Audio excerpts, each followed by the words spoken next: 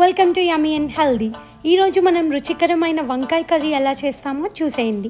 ప్యాన్లో కొంచెం ఆయిల్ వేసి అది హీట్ అయ్యాక ఒక స్పూన్ చనాదాలు, ఒక స్పూన్ జీరా అండ్ చిల్లీస్ వేసి కర్రీ లీవ్స్ కూడా వేయండి. అది బాగా ఫ్రై అయ్యాక కొంచెం ఆనియన్స్, కట్ చేసుకున్న టొమాటోస్ కూడా వేసి బాగా సాటే చేయండి.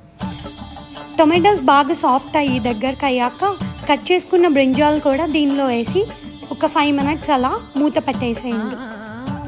కొంచెం కుక్ అవుతున్నప్పుడు సాల్ట్ అండ్ పసుపు వేయండి మీకు తగ్గట్టు.